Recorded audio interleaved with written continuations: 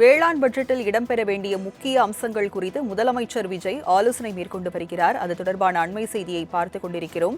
வேளாண் பட்ஜெட்டில் இடம்பெற வேண்டிய முக்கிய அம்சங்கள் குறித்து முதலமைச்சர் விஜய் ஆலோசனை மேற்கொண்டிருக்கிறார்.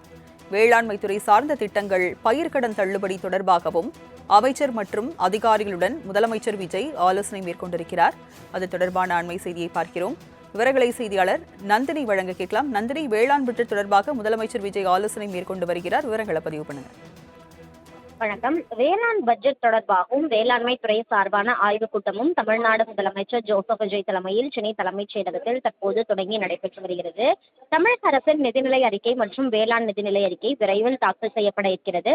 இதற்காக மண்டல வாரியாக விவசாயிகளை சந்தித்து கோரிக்கைகளை வேளாண்மை துறை அமைச்சர் வினோத் பெற்று வருகிறார்.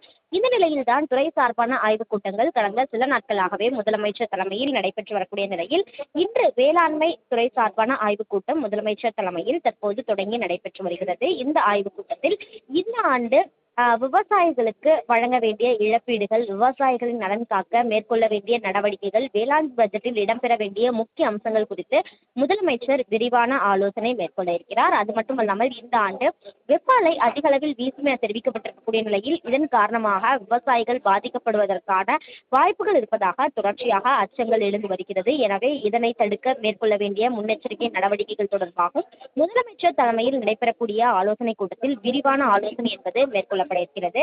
அது மட்டும் இல்லாமல் பார்த்தோம் என்றால் விவசாயிகளுக்கான இழப்பீடு தொகைகள், குறிப்பாக மேட்டூர் அணை திறக்கப்படாத நிலையில் அதற்கு ஈடு செய்யக்கூடிய வகையில் பல்வேறு திட்டங்களை விவசாயிகளுக்கு அளிப்பது உள்ளிட்டவை குறித்தும் இந்த ஆலோசனை கூட்டத்தில் முக்கிய ஆலோசனை என்பது மேற்கொள்ளப்பட்டு வருகிறது.